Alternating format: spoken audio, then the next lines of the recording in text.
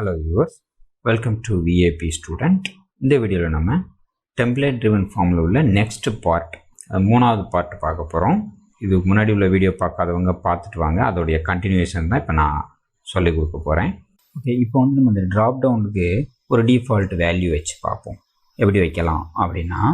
So இதான் எனக்கு drop டவுனுங்க இருக்குது. இதில் என்ஜி மாடல்னு இருக்குது பார்த்தீங்களா. ஸோ நம்ம வந்து இப்போ ப்ராப்பர்ட்டி வேல்யூவாக வைக்கிறோம். அந்த ஸ்கொயர் ப்ராக்கெட்டு ஓப்பன் ப்ராக்கெட்டு வைக்காமல் இதெல்லாம் வச்சுருக்குறோம். ஸோ அந்த கண்ட்ரோலை அப்படியே ஆங்குலராக மாற்றிக்கும். இப்போ நான் அந்த ப்ராப்பர்ட்டி பைண்டிங் ஸ்கொயர் ப்ராக்கெட் மட்டும் ஆட் பண்ணுறேன். ஆட் பண்ணிவிட்டு ஒரு டபுள் கோட்ஸ்குள்ளே நான் ஒரு வேல்யூ போடுறேன். டிஃபால்ட்டாக எனக்கு சிங்கிள் கோட் போட்டு போடணும்.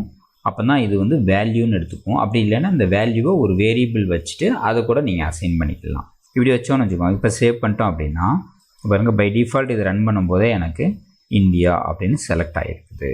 ஸோ இப்படி வந்து நம்ம ஒவ்வொரு ஃபீல்டுக்குமே வேல்யூவை டிஃபால்ட்டாக செட் பண்ணலாம். ஸோ ஒரு இந்த என்ஜி மாடல் அப்படிங்கிறத ஸ்கொயர் ப்ராக்கெட் ஓப்பன் ப்ராக்கெட் போடாமல் நார்மலாக யூஸ் பண்ணலாம். அது ஒரு வழி. அது வந்து கண்ட்ரோலாக மாற்றிக்கும். அண்ட் நீங்கள் வந்து ஸ்கொயர் ப்ராக்கெட் மட்டும் போட்டு செட் வேல்யூ இனிஷியல் வேல்யூவை செட் பண்ணலாம். ரெண்டாவது பாயிண்ட்டு. மூணாவது டூ-வே பைண்டிங்காகவும் யூஸ் பண்ணிக்கலாம். ஸோ அடுத்து வந்து சில டெக்ஸ்ட் பாக்ஸ் எல்லாத்தையும் சேர்த்து அந்த கண்ட்ரோல்ஸ் எல்லாம் சேர்த்து நம்ம ஒரு குரூப்பாக செய்யலாம். லைக் இப்போ வந்து கண்ட்ரி, சிட்டி, ஸ்ட்ரீட்டு, பின்கோடு இது எல்லாமே சேர்ந்து ஒரு அட்ரஸுங்கிற குரூப்பில் வரணும் அப்படின்னு வச்சுக்கோங்களேன். ஸோ இப்போ என்ன செய்யலாம் அப்படின்னா, இந்த ஃபார்ம் குரூப் இருக்குது பார்த்தீங்களா, இதில் என்ஜி மாடல் குரூப், அது வந்து பேர் அட்ரஸ் அப்படின்னு நான் வச்சுட்டேன் அப்படின்னா, ஸோ இந்த குரூப் எல்லாமே ஒன்றா சேர்ந்துடும், ஒரே குரூப்பாக மாறிடும். ஓகேவா? இது ஒரு எக்ஸாம்பிளுக்கு அட்ரஸ் மாதிரி இருக்குது அப்படின்னா அது ஒரு குரூப்பாக வச்சுக்கலாம். இப்போ நான் சேவ் பண்ணிவிட்டு உங்களுக்கு காமிக்கிறேன். ஸோ இதில் நான் எல்லாமே ஃபில்அப் பண்ணுறேன்.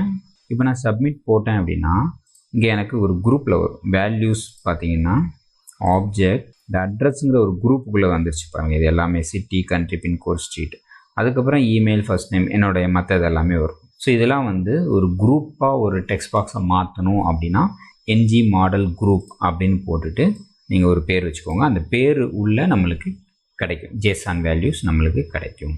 ஸோ இப்போ எனக்கு வந்து இவ்வளோ டெக்ஸ்ட் பாக்ஸ் இருக்குது. பை டிஃபால்ட் இனிஷியலாக வேல்யூ செட் பண்ணணும் அப்படின்னா நான் டைப் ஸ்கிரிப்ட்லேருந்து செட் பண்ணிக்கலாம். ஸோ இங்கே நான் வேரியபிள்லாம் செட் பண்ணணும். அதுக்கு என்ன பண்ணணும் அப்படின்னா, ஸ்க்ரீன் முதல்ல சொன்னால ஃபார்ம் கண்ட்ரோலில் சப்மிட் பண்ணும்போது தான் இந்த ஃபார்ம் வேரியபிள் உள்ள எல்லா எலமெண்ட்ஸ் வேல்யூவும் எனக்கு டைப் ஸ்கிரிப்டுக்கு போகும். பட் வேல்யூ எல்லாம் நான் ஃபஸ்ட்டே செட் பண்ணணும் அப்படின்னா எனக்கு முதல்லையே இந்த ஃபார்முடைய வேரியபிள் அங்கே தேவைப்படும். அப்போ நான் என்ன பண்ணுறேன்னா, இந்த ஃபார்ம் வழியாக நான் கொடுக்க வேண்டாம், இதை நான் ரிமூவ் பண்ணிடுறேன். அட் வியூ சைல்டு அப்படின்னு ஒன்று இருக்குது, டெக்கரேட்டார். அட்டு போட்டிருந்தால் டெக்கரேட்டார்னு தெரியும். இதுக்கு உள்ள நான் அந்த யூசர் ஃபார்ம் அப்படிங்கிற அந்த பேர் இருக்குல்ல, லோக்கல் ரெஃபரன்ஸ் வேரியபிள், இதை எடுத்து இது உள்ளே கொடுத்துருவேன். அப்போ HTML உள்ள அந்த வேல்யூ எலமெண்ட் எல்லாம் இங்கே வந்துடும். இப்போ இதுக்கு நான் ஒரு பேர் வைக்கிறேன், யூசர் ஃபார்ம், UF அப்படின்னு வைக்கிறேன்.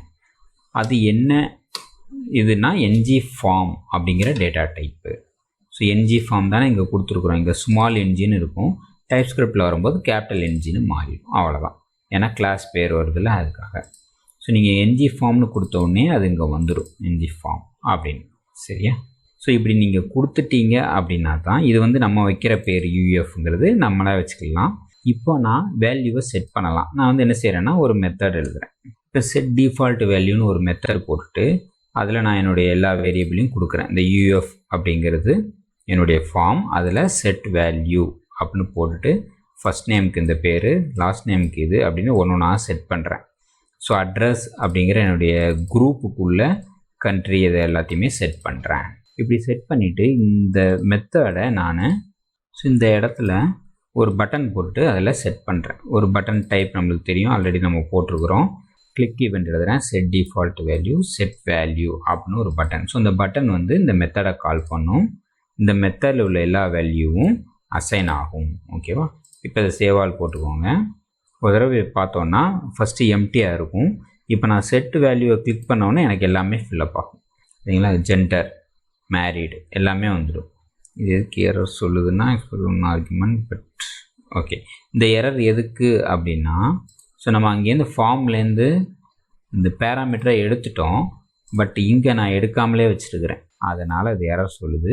இதை நான் கமெண்ட் பண்ணிவிட்டு அதே on submit dot console dot log this dot uf அப்படின்னு போட்டோம்னா அந்த வேல்யூ மட்டும் கிடைக்கும்.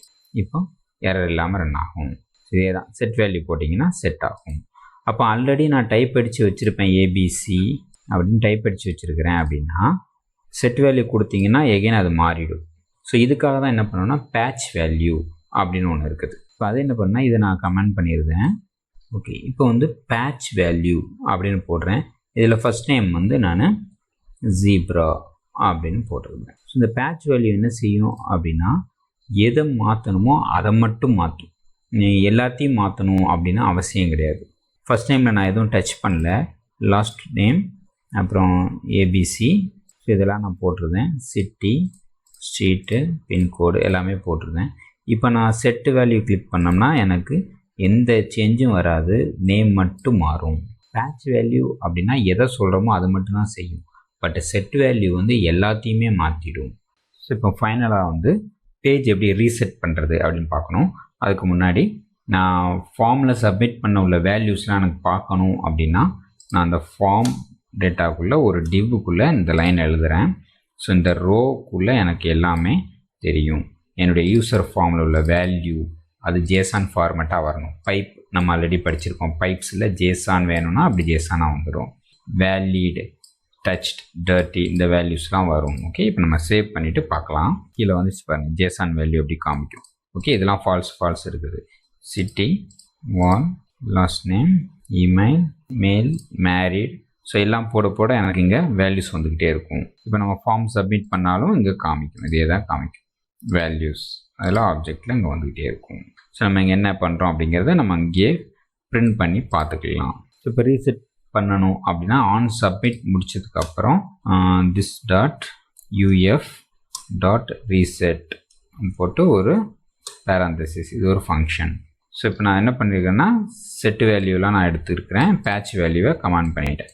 இங்கே போய் பார்த்தோன்னா நம்ம செட் வேல்யூ எல்லாமே ஃபில்அப் ஆகிடுச்சு.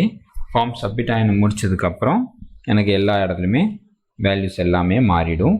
இனிஷியலாக ஃபார்ம் லோட் ஆகும்போது எப்படி இருக்குமோ அந்த மாதிரி வந்துடும். ஸோ நம்ம ஆல்மோஸ்ட் டெம்ப்ளேட் ட்ரிவன் ஃபார்மில் உள்ள நிறைய பாயிண்ட் பார்த்துட்டோம். இந்த வீடியோஸ் தான் பார்த்துட்டு ஒரு தடவை ப்ராக்டிஸ் பண்ணி பாருங்கள். இன்னும் கொஞ்சம் உங்களுக்கு நல்லா புரியும். இது சிம்பிளாக இருக்கும். இதே தான் நம்ம ரியாக்டிவ் ஃபார்ம்லேயும் பண்ண போகிறோம். அதுவும் 2-3 வீடியோ ஆகும். கண்டினியூ பண்ணி பாருங்கள். Thank you viewers.